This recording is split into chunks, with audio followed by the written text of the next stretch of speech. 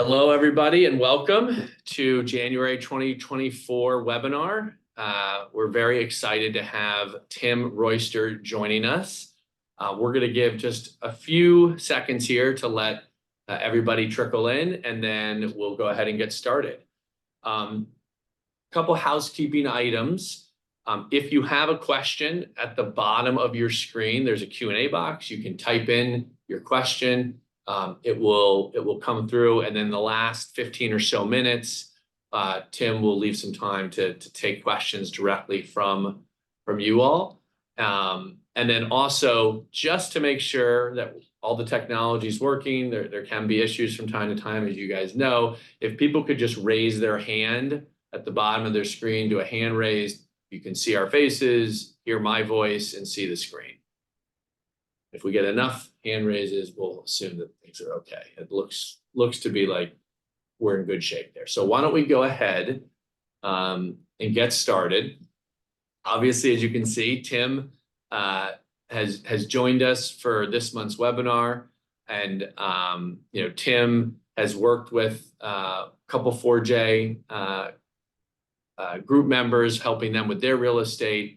And he's very knowledgeable. So we wanted to bring him on to kind of address the state of the real estate market, which has gone through a kind of a crazy boom cycle here in the last few years. But with rates higher, it's kind of like what's going on. So figure we bring in the expert. So I'm going to turn it over to Tim to give a little bit of an introduction on himself, and then he'll go ahead and go into the presentation. Yeah, thanks, Josh and Jeff. It's a pleasure to be here with you guys. As you mentioned, the state of the housing market here in Northern Virginia has continually changing, and it keeps changing every week. Maybe not every second like the stock market, but it is definitely something to be aware of and attuned to. And so appreciate to be able to share that with you and just give your clients and audience paint a picture of what's happening here. Maybe it's different than the headline news. In some ways, it may be similar. So we just want to make sure that we have a clear understanding of what's happening around our neck of the woods. Perfect.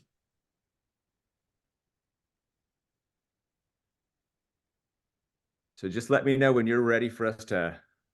We're fire away, Tim. You ready to go? Okay, let's do it. So I will share my screen.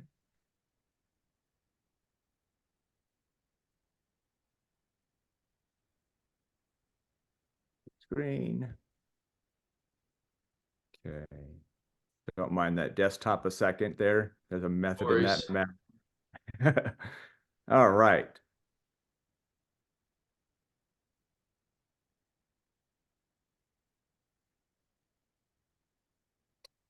Okay, there we go. So first off is your disclosure. So you want to share anything there, Josh? Yeah. Like always, as our clients know, just important to note, we're not in any way affiliated with Royster Hearth Group. This is obviously for informational purposes only. And below that, you can see our typical disclosure. If you want any information from 4J, whether it's privacy policy, disclosures, ADV, it's available upon request. But I'm going to turn it over to Tim. This is Tim put together this presentation, so let's let him proceed now that our disclosure is out of the way. Sounds great. Just a little bit of background about me. I'm a tuba player before in the United States Army Band, and when I say tuba player, a lot of people start thinking about tuba jokes. So I always like to start any type of presentation with a tuba joke, and they kind of fit along with dad jokes, but they're also a lot of fun. And so I want to just give you a little bit of a background here. Here's a great one. You guys have maybe you've heard this movie before, but there are 3 types of tuba players in the world: the one that can count and the one that can't. All jokes aside, with tuba playing, it was a great honor to serve our country. I did everything at the Arlington National Cemetery, over at the White House, Pentagon arrivals. And one of the best things that we did was obviously honoring our fallen soldiers in the cemetery. And yes, it was meaningful, but what we got to see from a distance was how music impacted our families. And that left with me after going out of the military. It was something that would continued on to my real estate career because let's just be honest, there's a lot of emotions that go on with buying a home, selling a home, building memories. Is it the right place? And so the impact of what I did in serving our country is now what we do in real estate. So today we're gathered around here trying to figure out what's happened. Give us like an idea of what happened in the history of our real estate market the last few years, and looking at the future just to bring some clarity to that because it is an emotional decision buying a home, selling a home. So if we can give you some stats, that's what we're going to try to do today, and also give you some tips of what does that look like if I am considering doing something like that in the local Northern Virginia market by looking at data. All right, so we'll go on to our housing. This is kind of how it all worked out. The 2023 housing market. It was a year of surprising growth and challenges. And that's something to talk about because we all watched interest rates continue to move up throughout the year. We'll talk about where they started, but they just continued to go up to almost 8%. And that was causing a lot of questions around buyers, around sellers. What do I do? Are there buyers still out there? Did it decrease the pool of potential purchasers? And the answer was all the above. But let's just look at what that really meant for us. So this is from a great website called Mortgage News Daily. I love it. It gives you some tracking the interest rates. And you can look at Fannie, Freddie Mac. You can also look at Mortgage News Daily. They track a daily rate. The Fannie and Freddie is a weekly rate. But this is Freddie. And you can see right here, we started the year at 6.15% in last January 19th, 2023. And it went all the way up to 7.79% on October 26, 2023. Then there was this interesting, really quick dive down. We all know what happened. There was, and your professionals on your end know what happened. We started watching the CPI data. We started watching the job market, and we started getting some interesting signs out there that maybe they started to get some of this inflation under control. That's still out there to be the question going into 2024. However, the mortgage-backed securities, they started to think that this is something that we can cheer about, and we saw the rates decline near the end of the year. And what that really puts us at, like right now, on January 18th, so last week, we're at about 6.6%. I'm not a lender, but it's hovering in the upper sixes, gone up a little bit since then. But what that has done for buyers, any of them that have been on the fence or just kind of pulled back a little bit, and they were getting used to this budget of in the mid sevens and close to 8%, when you start seeing over a 1% lower interest rate, the wheels start spinning that, hey, this looks like this might make it more real for us to purchase the home. This also encouraged sellers to think that, okay, the buyer pool might be opening. Maybe we can start thinking about what's next. Let's see. Why does it want to? There we go. Okay. So let's just talk about what happened with our median sold price, because that's really an interesting dynamic. When everyone thought, you read the local as well as the national news, what we kept hearing was, all right, the interest rates are going higher. This is going to just drop our housing, median sold prices by 5, 10, 15, 20%. The doom and gloom that you see on YouTube, all those people, like you see the house and the fire behind it and the big eyes, it didn't really happen. And there's two reasons for that, really. The one was that the supply of homes was so low. The inventory level was very low. And so the buyer pool that could still afford a home saw a great house, the condition matched what they needed, and they still pulled the trigger on the home.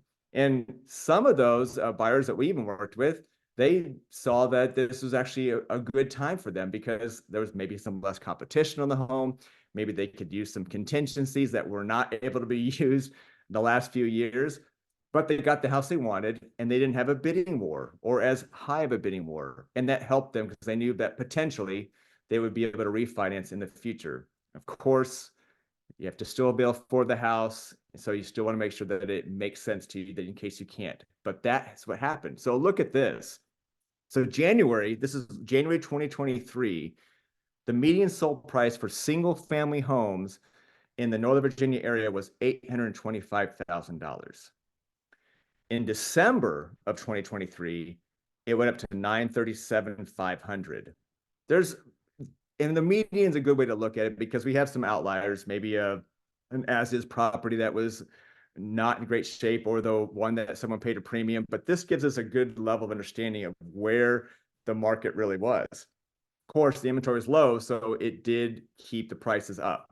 Now, two things to be aware of on this as a disclaimer. So the Northern Virginia Association of Realtors, the areas that they are tracking was going to be Fairfax County, City of Alexandria, Arlington County, City of Falls Church. I'm not talking about Prince William County and Loudoun County, but that data is very interesting too, but we're just going to paint the picture for the Northern Virginia Association of Realtors, what they're tracking. All right, so, Lucille Ball, this is a great picture of how we all looked at the inventory levels. Our buyers, even the sellers, and then also even the realtors were just cringing because we just couldn't find inventory. And this paints the picture right here. Look at these levels. We were under one month of supply back in January 2023. And just so we understand what month of supply is, you hear that number just passed around. What that means is that if no additional properties came on the market, then it would take under a month for all those homes to be purchased. So in a more normal kind of a market, from what we look at as statistically, 4 to 6 months is what we would usually see. However, just so you all know, as a little secret in the Northern Virginia area, we've never seen that. So just that understands that it's always been tipping towards a seller's market. We did have our normal seasonal uptick, went up a little bit and it kept growing through the spring, which is normal. Seasonal, people relocate, kids waiting for kids to get out of school, taking the new job, whatever that may be. So that made a lot of sense. But what we saw, and this kind of lines up with what we saw with our interest rates, is that remember that interest rate was talking about 7.79 in October, and look at this, and it just started nosediving. And so the inventory levels went down. Not as many people put their house on the market. It is the fall, so there is a little bit of that being played, but there was also the fact that this is too high. The buyers aren't out. We're going to sideline our home sale. And so we don't have the move up buyers. You don't have the people retiring and wanting to leave the area just yet because they just didn't know what was going to happen. And this is where we were as of December. I mean, gosh, guys, we're like a 0.75 month supply. And that was very low.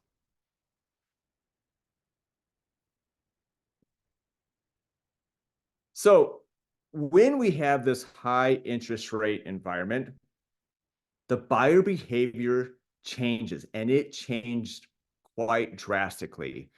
Let's just paint a picture about what happened in 2020, 2021, 2022. Essentially, we had free money. We could buy $1 million at 2.5%, 3%, 3.5%. And this was almost a no-brainer. So buyers were just out. There's a lot of buyers out, and they were able to buy the house. They would bid up the price because it was pennies on the dollar for them to afford that house because the interest rate was so low. That's changed. So what the buyer behavior is, and I still seeing that even now, is that they are tracking everything. They want to know what that rate really looks like to fit their budget every month.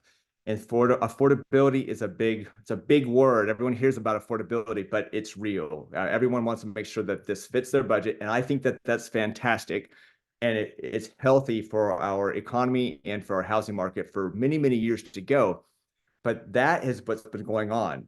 They are very specific about the criteria. down to, I can't believe the amount of questions that we're getting now at open houses when we're having buyer consults.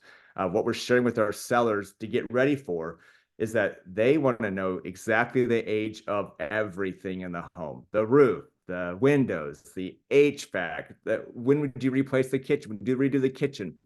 Those dates are so important because the buyer is really wanting to think, what additional amount of money am I going to have to spend on this house that I potentially put an offer on?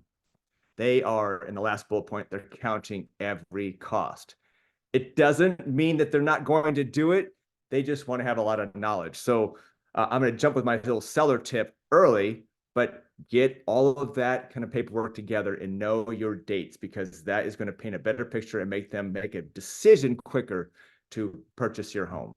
I just want to jump in for a second. I think that's such a good point on that slide. And especially for people, clients who have a home and kind of look at Zillow and say, okay, my home's worth this. But if you don't have, if your roof is old and the HVAC system's old, the windows need to be replaced, there's a much bigger cost for you to actually get that price than you might realize. I assume that, hopefully I'm saying that correctly, Tim.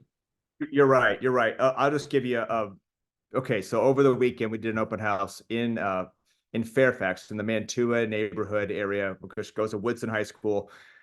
This house was priced according, great square footage. It's under contract, but this, let me tell you about the questions we had. We had 50 groups. This is crazy. 50 groups came through the open house on Saturday. During the pandemic, we would think a busy open house would be like 30 groups, 35 groups. I've never experienced 50 groups. And then on Sunday, with my teammate and I, Rebecca, we had another 35, 40 groups come through.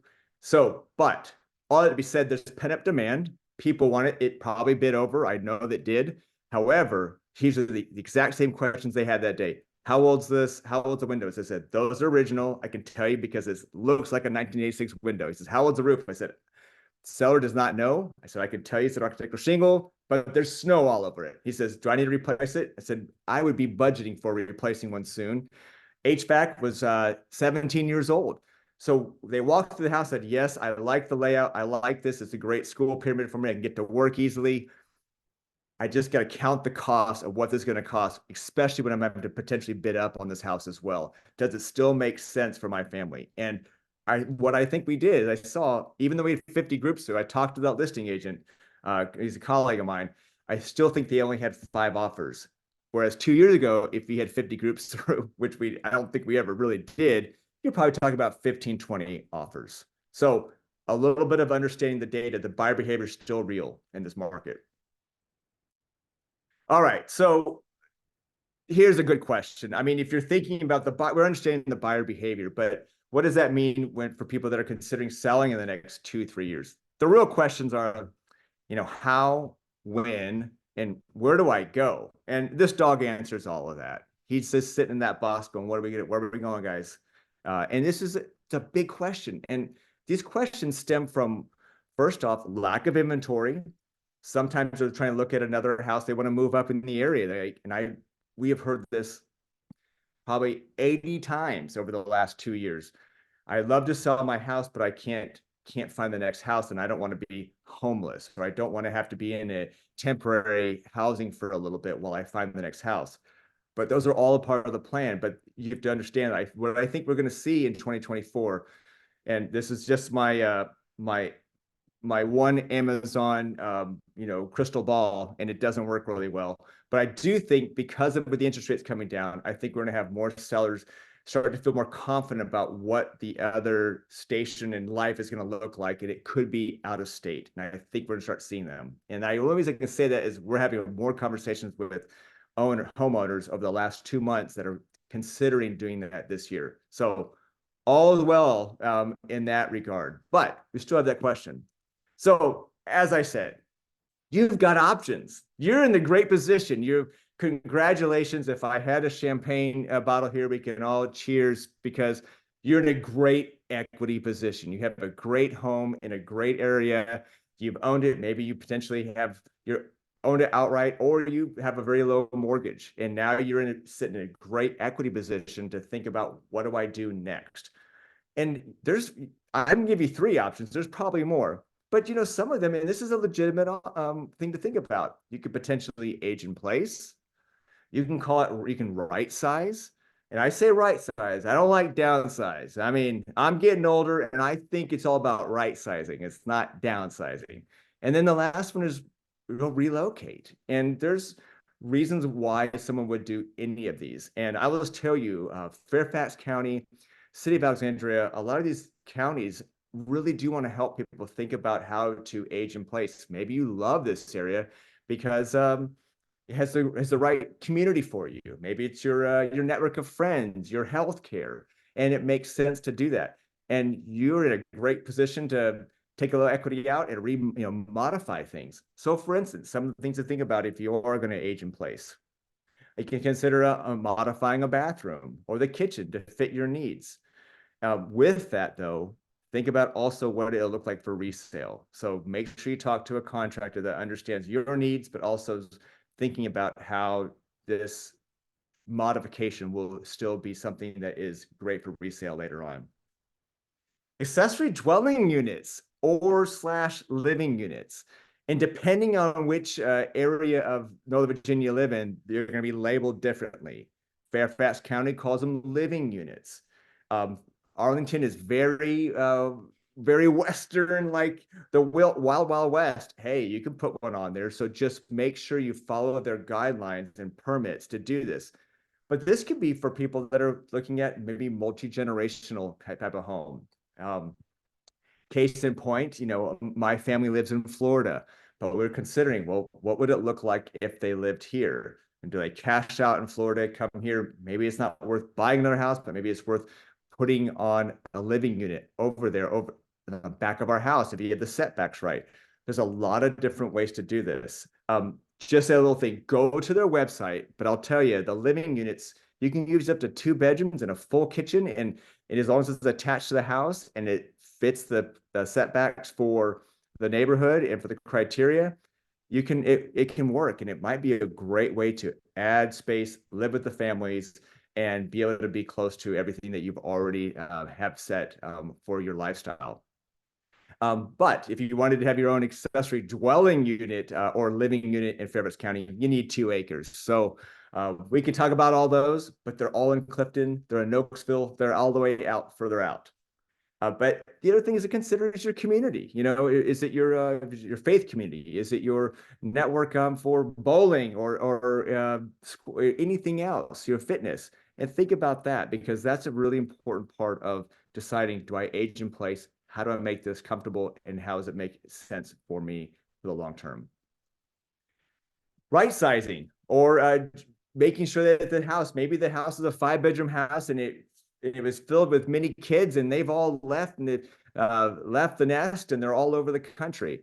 And maybe you want to start thinking about, well, maybe get closer to the family. Caveat that with how long are they going to stay in that area? I have some clients right now that he's retiring from the Navy. His folks moved here from Michigan 2 years ago. His wife got a great job back at hometown in Michigan, and they're thinking about selling. And their clients like, well, we just bought this house in Old Town. What's all this mean? So really make sure you have some great conversations with family before you decide to settle places. So, but assess your needs. What looks right? I have a lot of stories. My mother and my father that live in Florida, they lived in Texas before. They lived in as you know, Texas-sized houses are big. And we had a great house. And they wanted to sell all their possessions and even furniture and move down and get close to the beach. And they did that. But they assessed their new needs and said, what does this new season of life look like to me? What do I want it to be like? Do we want multi-levels? We just want one level living. And they said, we want one level living. We want 3 bedrooms. You guys can come and stay for a few weeks, but you'll get uncomfortable, so you'll get back home. And that's what they did. And so just make sure you assess those needs. But one of the big things about that is decluttering. We all need to declutter. We've all kept our things.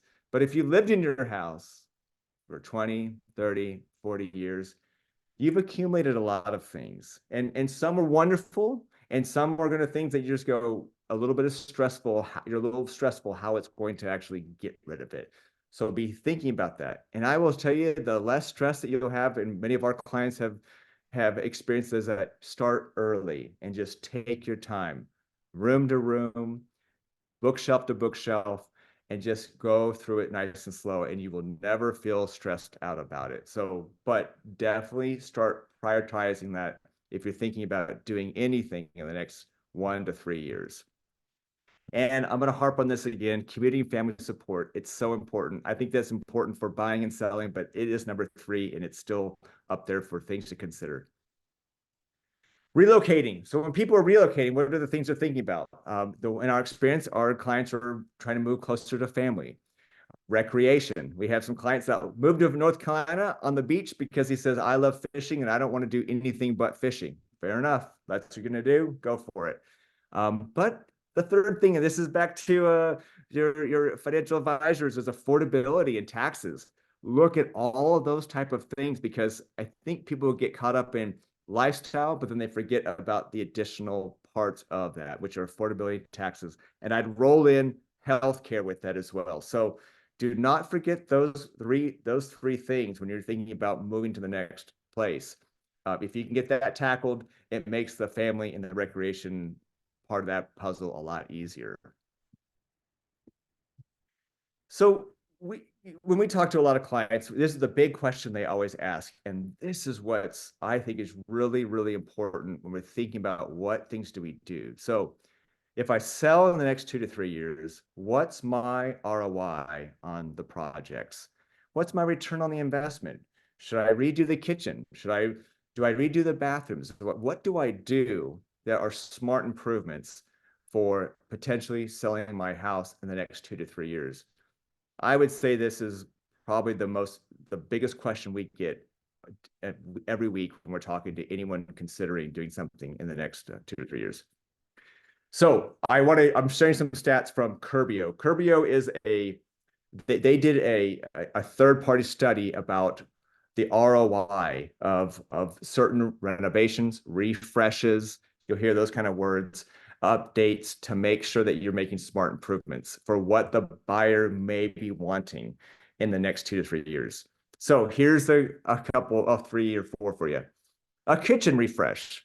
A kitchen refresh is getting 377%. Of course, this is a national average, but this is really interesting, and I can agree that this is probably where it is. What is a refresh anyway?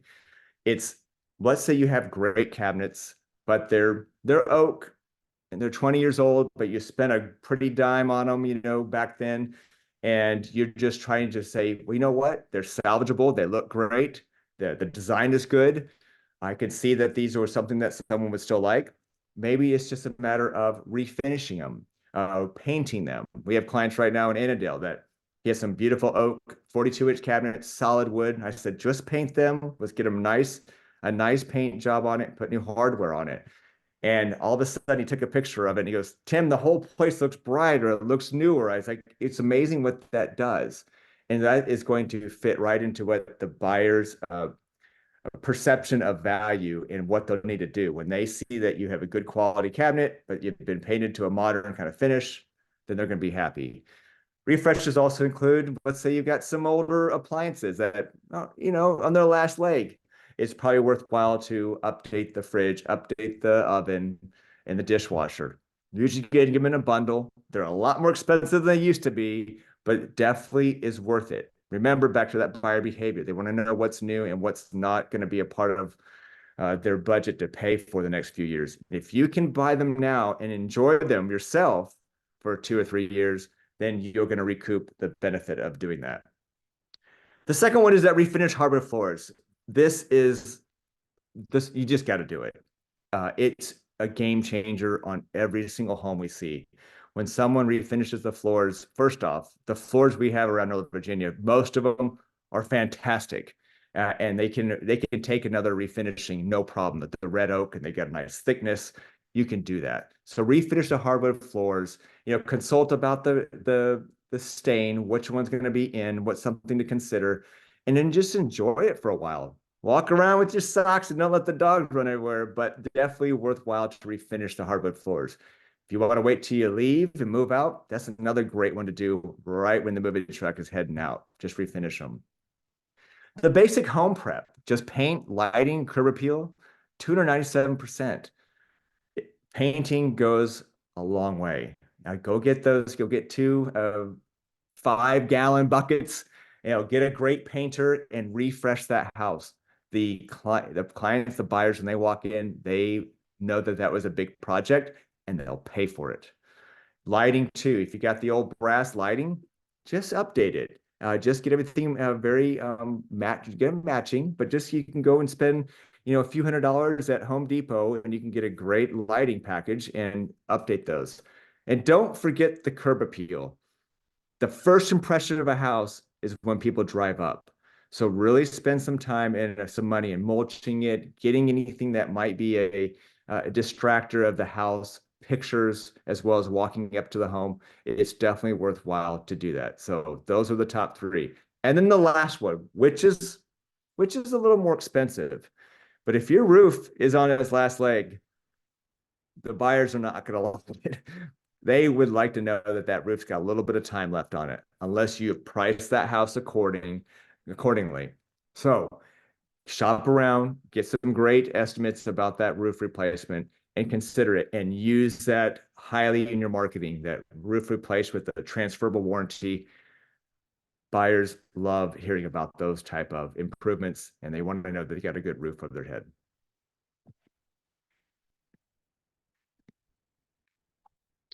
So the big question people have is, where relocate where? Where do we go? I mean, maybe you've been thinking about it, but you just don't know about these little areas. Well, I've got the top 5, and it wasn't from me. This is from United Van Lines, and they did a 2023 National Movers study. A couple of these places on there were shocking. They might be shocking to you as well. And I haven't looked to see why they may have be choosing these areas, but this is based on where people were going. This is the stats. So they choose to retire in these 5 states. They had Florida in 29%, Delaware was at 28.1, South Carolina 26.8, Maine was at 25%, and New Mexico was at 21.3. All interesting because I really didn't think Delaware would be on that list. And Maine is very cold, but I have some friends from Maine and it's beautiful. So maybe that's a part of that thing. But I thought these numbers were interesting to see. And it's changing a little bit, I think, even year to year, but this data doesn't lie. These are what people are looking at. Florida obviously has some great incentives. Talk to your CPAs for taxes and things, and it's still a rather affordable area, depending on where you are. But check your insurance. That's another thing I want to make sure you think about, because that's important when you're buying next home. So just a little plug about what we do. So Compass, as a brokerage, you can see I just talked about these little areas. Look, the East Coast is just full of a lot of our agents over there, and Florida is definitely well represented. Got Texas, we have Colorado, and then the West Coast. Interesting enough, probably helping people relocate out of California. That's just what we're noticing, right? So here's some sell and buy tips as we get into 2024. And these are just my opinion of what we're seeing out there and what are some great ways to think about how people are responding to what's happening in the market. So for buyers, I just know all your options. When you're looking at, just make sure that you're talking to professionals that are going to provide you a lot of different options, because sometimes you may get done at the end of it and go, you know what? I think we're going to stay in place and age in place. And that is your option. But you may make sure that you're talking to people that will give you paint a good picture about where you can go, or do you stay. So interview the agents and ask about all opportunities. And are they an advocate for you? And what I mean by all opportunities, making sure that they aren't just waiting for what's on the MLS, because it is a little low. Making sure that they're trying to network with other agents to see what might be coming up that isn't even showing up there yet. Or do they have some other type of ways to get some hand raisers in certain neighborhoods in their networking? So really interview the agent to find out if it's the right fit for what you're trying to do in your timeline. And then the fun one is exploring the city, the neighborhood. I'll talk about the social media in a minute, but get out there, go have dinner in some of these places, walk the neighborhood one evening, see if it fits you. If it is this your family and your lifestyle? It's like, I like it here. I like the vibe here. I like the neighborhood grocery store. I like and then Innova is around the corner. Whatever it may be, really do your due diligence. And a lot of it's just by out exploring. If it means taking a week trip out to some cities in Florida, do that. Spend some time at an Airbnb. These are all a part of making an assessment of what you want to look at. And don't overestimate or don't underestimate the use of social media. There are so many there's so many different like living in like certain neighborhoods, and you'll get a real feel for what people are talking about. Are they a place where people are helping each other, or is it a place where they're just negative? Social media has that aspect. Go on Nextdoor. Nextdoor is a fantastic place to kind of be a lurker and see, what are people talking about? Is this the kind of place we want to be? That's definitely something to consider. And then remember, write down your criteria.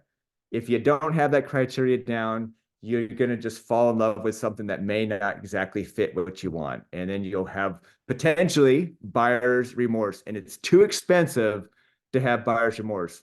There's a difference between like, oh my goodness, I can't believe I just bought this house, then one going, oh my goodness, I didn't realize it only had 2 bedrooms and I really needed 3. But that was a gorgeous pool in the backyard.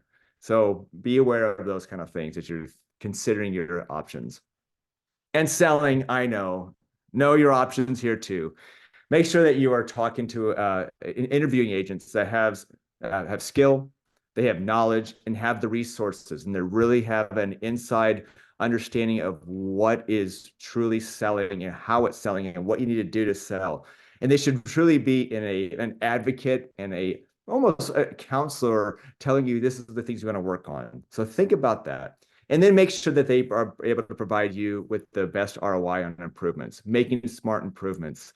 I have a client right now that we had the top 3. So, okay, you need to make sure we paint, we need to make sure we do the flooring in the kitchen, and we're going to refinish floors. But we had an uh-oh, had a leak show up underneath in the primary bath, and he noticed it downstairs. So what did that do? We had to add to it. So now what do we do? Do we redo the whole bath? Or are we just going to try to make sure that the problem has gone away? And then what's the smart way to do it? And we actually came up with having to retile the whole bathroom because you just couldn't fix that little area of tile because the tile was 20 years old. However, that was the smartest way for us to make sure that the improvement matched what the buyer is going to expect. And he will get way over his investment in getting that tile done. And then the last thing is for selling, create at least a 6 to 12 month plan. It's less stressful. You feel very in control, and you'll know exactly what you're trying to do and trying to accomplish. And those are your quick tips on selling and buying in 2024. This is us. This is a fun picture of us. You can see our team and our staff that helps us on the buyer side and the listing side. You'll find us on the RoysterHearthGroup.com. YouTube is a big place for me. I'm not the guy with the house and the fire behind me, but I am going to bring in a little bit of data every week and trying to keep people posted on what's happening. That way you're making informed decisions. Also highlight certain areas of town that you may have not known about in this area. You also can find us on Instagram. But most importantly, is you're going to find me at a local coffee shop. I'm a coffee snob at heart. And if you're over there and you see me sucking coffee down, it's probably because I'm enjoying a local craft brew. And I think it's time for questions. Did you guys have any comments or questions, Jeff or Josh? Yeah, that was really well done. Thank you, Tim. Very informative, very helpful. Hopefully we have a lot of people on, so I'm hoping we can get some questions from the audience so that it comes from them and not us. One of the things I guess, and while we're waiting for people to type in questions into the Q&A box at the bottom, is when people are in retirement, especially if they have 2 homes, there's a desire to kind of say, I don't want the single family home because I don't want the yard upkeep. And I mean, how much less work is it to have, a condo where you can just close the door and not have to worry about those things versus a single family? I mean, is it a material difference in terms of, maintaining from afar type of thing? Yes, yeah. There's also some things to be aware of in that condo lifestyle. Obviously, there is depending how old the building is, there's a cost with that. It is called your condo fee, really. So what you really want to do, and this is kind of interesting you asked this, but the lenders are really watching those condo questionnaires right now. Everything, especially what happened down in Florida with the building collapse, the condos collapse, they're really watching, make sure that they have integrity in the structures of these homes, and they're starting to kick some of these out of financing just based on how the condos answer questions. But all that aside, that's just something to be aware of, guys. You're thinking about things later on. But all those aside, yeah, there's amenities. Are you going to use those amenities? Do you like the pool? Do you like the indoor pool? Do you like the fitness? Are you going to use those? The bowling alley? If not, you're going to spend $1,200, $1,300 a month on this condo fee for a house or a condo that you may or may not be using all of what those amenities are. So there is that something to consider. But at the same time, for second homes, some people enjoy it. They love, hey, I can just lock this up. I can go and spend time with the family and be gone and take a cruise for 6 months. And I know that I'm only taking care of what's inside the house. So again, it's lifestyle and looking at the cost benefit analysis of it. Does this make sense for what we're trying to accomplish and for our next home? And looking at that too, is that for resale, I'm answering more than what you probably asked, Josh, but just be aware of what's the resale on a condo opposed to a townhouse or single family house. They don't appreciate as much. And that's okay if it's the right lifestyle for what you're considering doing for that home and how it suits your needs.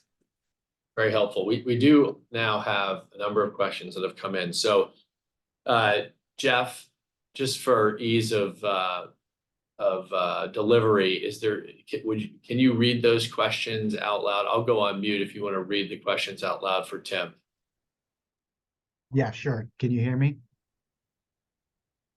Okay, the first one is, Tim, what's the best way to finance the improvements pre-sale? That's a great question. So there's actually a few ways to do it. I'll first put the plug in for our own brokerage because our clients use this all the time. And this is called the Compass Concierge. And it allows you to have a debit card because they can run a soft pull of your credit and look at your equity position in your house with your agent and just say, hey, we know we're going to be putting this house to market in 6 months. Here's what we're thinking about selling it at. Here's their equity position. They can give you a debit card of up to $25,000. May not need all of it, but you wouldn't pay for all those improvements and costs until the day of closing. They would just debit that at closing. Now, that's not the only program. There are some contractors that do that as well. But the best thing about the Compass one is they don't put a lien on the house to get paid. So some of the contractors do. There's another one, and there's another company out there that's Curbio. Curbio is one that does that too, with the realtor involved as well to make sure that you're doing smart improvements. But they're a pay at closing as well. I think their prices are a little on the higher side, but they are something to do. And that's why I like the Compass one, because you get to choose your own contractor, whereas Curbio brings in their own guys and they get it done. And it's an amazing job, but you pay the premium for having them be a one-stop shop. So that's the best way. They're also obviously looking at with your financial advisors. Sometimes people take out a HELOC or take out a small loan to make that happen right before closing. So consider talking about all the different options to make those improvements. Great. Great. Thank you. Second question, with loan rates a little higher these days, what sort of creative loan options are out there? I know you're not a lender, but kind of talk through maybe some things that you've seen that are on the creative side as opposed to just a kind of vanilla fixed. So when I start hearing the word creative, the investor side comes up. So this may not be what you're wanting, but I'll say the investor side. Investor side, there's these interesting things. It could be a seller financing. You could go to the seller. Seller's got a great equity position, but he's like, hey, would you consider how do you like having a 4% return on a loan or a 5% return on a loan? They may be open to that, putting 25% down and then financing with them. And you're getting getting the house you want and killer, interest rate that is way below market. There's also other things to consider depending on if it's a first-time home buyer or not. There's interesting one that just came out the other day I found from Guaranteed Rate. They have a thing based on it's called specific areas of maybe there's a criteria with Fannie and Freddie that either they want to call it low income but affordability factor. And if you live in there, even if you live in there right now and you're thinking about buying somewhere else, but you place in that address, you're going to get an $8,500 credit this year if you're a first-time home buyer. And there's certain criteria for who is a first-time home buyer. But if you haven't owned a home in 3 years, you could be, or if you're the spouse or divorce or whatever it is, certain things can trigger that, and you could be in that special category to be able to purchase a home. So a lot of different ways to think about that. The other way is if you're a VA, if you have a veteran, their interest rates are a little bit lower right now. And they always have been. It's a benefit of serving your country. So you want to make and see it's called a COE, your certificate of eligibility. And then they'll tell you how much you're eligible for. And then you definitely are qualifying for that VA rate. And there's also disability ratings. You could save on that funding fee too, if you have a certain disability rating. So check again with your lenders, because I'll stop where I would be careful. I'm not a lender. Gotcha. Yeah, that was helpful. Related to the attitudes in the marketplace, do you find that buyers have too high of expectations and sellers are a little defensive? You talked about sort of kind of the lack of supply and kind of how that's really kind of pushed the kind of advantage to the buyers, but are they taking it too far in terms of what they're asking? Yeah, so I don't think it's the buyer's advantage. I think the sentiment is that their behavior is they're watching every penny. It doesn't mean they're not transacting. They're buying the home, but they are just making a more educated decision prior to writing that offer. And so there are sellers out there that watch their friend Henry down the street sell it, a year and a half ago. Says, well, he had 18 offers and it gave him 2 months free rent, after he moved out or after he sold the house. And, they paid him, they put a $50,000, non-refundable earnest money deposit, and their first dog was given. I mean, whatever it was, there was a lot of that happening, right? That is not the case. Not saying it's not happening on certain homes. There are definitely people that are making that happen. I think right now we're just more of sellers are understanding that the buyer behavior is watching every penny because the prices did not come down, but the interest rates is still on the higher side. And they want to make sure that your house meets condition. And that's it. I mean, get in the range. We always tell our seller clients, maybe price it just a little bit less, that way the buyer pool will come in, and then let the buyers dictate what the value of the home is. But that's the open market. That's who really tells you where things are. We just need to get in the range that says that this house speaks to a highest volume amount of buyers to say, I want that house. Great. This kind of speaks back to the slide on where people are moving to. So this question comes from someone who says, do you have any insight into the coastal Delaware market? There's so much building, a lot of supply coming on. Do you have any sense as to that increased number of units that are going to be available without lower stabilized prices? Any thoughts there? No, I do not. I'm not a part of that and tracking that market. However, we have a lot of great other agents that are tracking those and can definitely connect you to have a substantial conversation about what's happening. But I would be an idiot if I shared anything about this. So I apologize. I can't share any on those other areas. Gotcha. Another question is, what's the going down payment? we know what kind of the standard rule of thumb is, but there's also been a lot of cash buyers kind of into the market. What have you kind of seen in terms of trends over the last several years? Yeah. So if we look, it's still shocking. There's still quite a few people that are paying cash all over Northern Virginia at all price points. And so we keep going, where is this cash coming from? That continues to be something even we're shocked at sometimes like, you have $1.5 million in cash. That's crazy. Okay. And you're going to finance 300,000. That's awesome. I'm happy for you. Really am. That's great. But when you're competing on someone that has saved every penny and you're putting 5-10% down, 20% down, that's fine. Here's the thing which is really great. There's lenders, and one of the ones I work with, they have these tools that are allowing people to be able to get through financing and be able to, and also be like completely approved, and all to the point that they're in this program that we can type in the address, so 123 Main Street, that they love the house. Their algorithm will then tell them if they are going to be able to waive the appraisal, because they say, yeah, the value is there. Even if it listed for 850,000 and my client wanted to offer 925, they can run that and they can go, yep, we're good here. No matter what, you can waive their appraisal. I should say financing. You're going to already be able to waive financing because you're fully approved, but you could waive appraisal. Again, this is just one additional thing for a client to be able to leverage. And they can even do that with a 5% down. It's a Fannie and a Freddie product. So they're able to do that and then take the skin in the game on the lender side.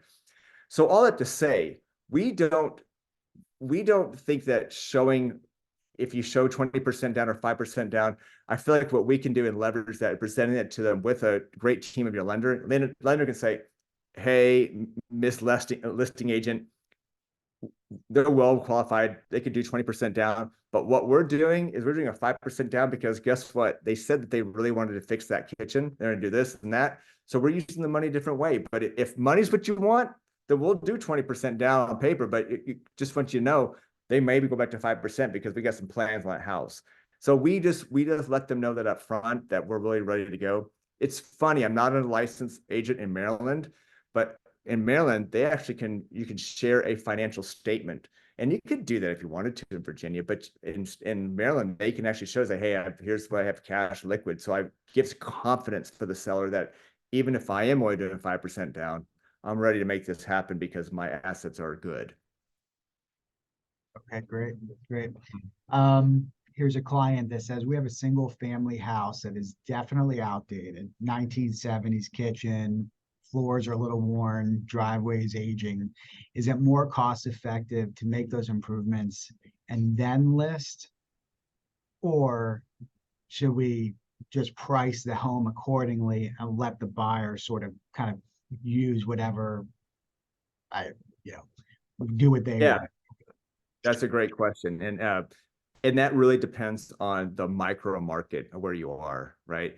I don't know if your neighborhood is it sitting, are properties sitting on the market longer, or is the demand there that, okay, the spread is, if you consider the spread and the amount of stress, or you want to get the ease of the sale, there's ways to do that. We have plenty of people who talk to as investors that may just want to be able to give cash, and then they'll do you can move out in a month, 2 months, and they'll close it out and do those improvements. But it all goes down to what is happening in your micro market down to your neighborhood. And then we can paint a better picture. That way you can decide which things should I improve, or can I just sideline that and focus on selling the house as is. As a follow-up to that, this is just from me. Are there things you kind of mentioned the high ROI projects? Are there things that are more down the fairway? Like a kitchen may be very buyer specific, let's say. A bathroom may not be as much, or floors may be pretty generic and you can fix those up and not have to stress about something like that. Is there anything like that? Any guidelines? Yeah, there are. I was talking, we had a seller seminar last month in December, and one of the gentlemen called me after and he goes, Tim, I've owned this house in 2006. And he says, I'll just tell you that this is the kitchen and the bathrooms are from the 80s and it's gold and all this. He says, it's just not pretty. He says, but I've enjoyed it and it's been great for me. He says, should I put in a brand new kitchen? And I said, his house right in that area, that market was a $950,000 house. And I said, look, I haven't seen your house yet, but I would tell you this, I don't think it's worth it because what you're going to do on that, especially for the kitchen, people, any contractor coming in, and I want to say that you should invest about 8 to 10% of the value of your house in a kitchen. That's a lot. That's a lot of kitchen. But that's also thinking as a homeowner going to be living in that house for the next 10, 15, 20 years. And yeah, you may want to consider putting that much money into it because it is, if that's where the life of the family lives, then you do it. But if you are thinking about selling, it goes back to the refresh. It's like, what is it that I do that says, hey, this is a functioning, great kitchen. You can live with it. You can make it work. And then you'll save your pretty pennies. And in the next 2-3 years, you'll do it yourself. And that all has to be back down to the ROI. Flooring is easy. I would say hands down, just do it time and again. I had a client a couple of years ago where he goes, this is my mom's house. And she had a cane or a walker. And so it was just scratched up everywhere. And I said, look, he goes, should I just leave it like this? And I said, you know what? Leave the kitchen. It was back from the 60s. I said, leave the bathrooms. The tile looks great. It's just blue. Let's refinish the floors and paint this house. Even had the old aluminum frame windows. It was just one of those houses. I said, we're going to do that and we're going to price it accordingly. And guess what? We got a first-time home buyer that loved that neighborhood, wanted to get in, save their 5% down, bought the house and said, this is great. We're going to live in here. And I can't wait to redo the kitchen in a few years. So it's doing the right projects that bring in the buyer that loves what you've done. Awesome. Awesome. Okay, next question. There's two more. So any considerations when looking at homes on the historical register from a buyer's perspective and a seller's perspective? Yeah, there are. It's just so when you have those historical overlays in the district, as a buyer, they need to be aware that they can't do everything they may want to do to the house. There's more of a understanding of what needs to happen as far as potentially with the city or the permits, what are those kind of things. On the sales side, gosh, a story goes a million miles. People love historical facts, and even in neighborhoods, if whatever we can get as far as history about the area, the story, people want a connection. And so make sure you have those details and you can share it with your agent when you're considering those things, because that story goes a long way when you're considering the home sale. And yes, there are people that want to be in those homes just because of the history of what that house or that neighborhood is involved with. Awesome. Okay. This is the last question for now, unless another one comes in. How much value do you give for staging? I see people moving out so they can declutter. I think this is one that I struggled with when we moved. I know when we have a lot of kids or people have been in the house for a long time, you can look at your house with all the fondness of all the memories and kind of what you like, but that's not necessarily going to be something that is going to appeal to buyers. And if you have a pet or whatever, it can just be helpful to kind of clear some things out, give a new vision, allow the buyer to come in and kind of visualize what they truly want from the home. Yeah, that's all of those comments, all those are exactly correct. So we didn't talk about staging at all, but yes, staging is one of those things that it's tough to tell an ROI. But what it does do is what you just mentioned, why I recommend it on every one of our sellers if they can. Is like, I love your furniture, but if you can take it all out and get it ready and hold, and there are moving companies that will hold your belongings for 2 or 3 months before you have this home sale. So all those solutions are there.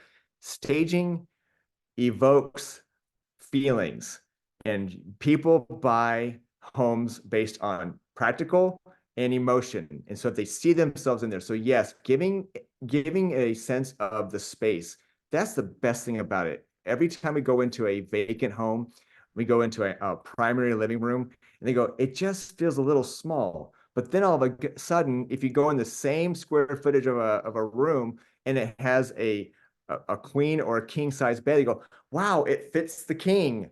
And it's like, it's the same room. It's now understand. So when you have the right type of furniture in there, it gives and sets the space. So is it a round table in the dining room? Is it square? Is it whatever it is? All of those things create an emotion of this fits and this makes sense. And then it's modern. And, you know, using this modern type of furniture, clean looks. We had someone the other day said, I'm not sure I like this house, but I really want to buy the furniture. It's funny. I have a joke with my wife once in a while, and she'll go into like a brand new modern house, modern, you know, it's all staged. And she says, I love this house. And she's touching the furniture. I said, remember, the furniture is not going to be a part of this. It's just the house. And so it's important that you stage, yes. And the way you stage, it gives a warm feeling. It's inviting. People start to see that they start envisioning themselves in that when you give some type of staple to each room by having furniture staged in there. Great, great. We just got another comment. Thanks. Great discussion. No further questions for now. So thanks so much, Tim. Yeah, it was really fantastic, Tim, and I'll strive on the next webinar that we do to get as much interaction as you got on this webinar. We got tons of questions, follow-up questions. So you did a great job. Thank you so much for speaking and sharing your expertise. I just want to remind people, you know, some of the numbers that Tim's shown, they were national averages, you know, the RAI. So you have to obviously speak with an agent about your particular situation in order to, you know, I wouldn't make any decisions just based on gross national numbers. It's kind of my end of discussion disclaimer. I just want to make sure we're being cautious there. So, but really good job. We'd love to have you back, Tim, and thank you so much for your time. It was wonderful. So thanks so much for inviting me, and I love sharing this information. So anytime you guys need more data, just give me a call. And real quick, Tim, I know you put it in a slide, but just to finish with, how can people find you? Yeah, so you can look at Royster Hearth Group. So it's a hearth, not a heart, like a fireplace. And the other thing is look on YouTube, just type in at Royster Hearth Group. That'll give you more information about what we do. And if you ever go down 1004 King Street and want to grab coffee, I'll say yes almost every time. So we're just up the street. What's your favorite coffee place in Old Town? So in Old Town, I would say I can't. It's in Del Rey. Okay. Oh no. I know. I'll tell. Well, Five Coffee over there next to the metro station is fabulous. I think they do a great job. And then the other one over in Del Rey is Swings. I love Swings Coffee. I think it's one of the best. And sometimes the beans are cheaper there than at the grocery store. Oh, Just interesting. So you know. Do you like Misha's? Have you been to Misha's? Is that pricey? It's a little No, it's a little on the dark side for me. I like the lighter roast. Yeah, I like the light and medium. They just push the profile a little too strong for me. But got it. You know. Got it. Yeah, you have that palate that I don't have. It smells good when I go in. So all right. Well, thank you again so much. And I know we're past time, so we'll let you go and we'll be in touch. Sounds good. Have a great guys. Have a great one. You too. Bye-bye. Bye-bye.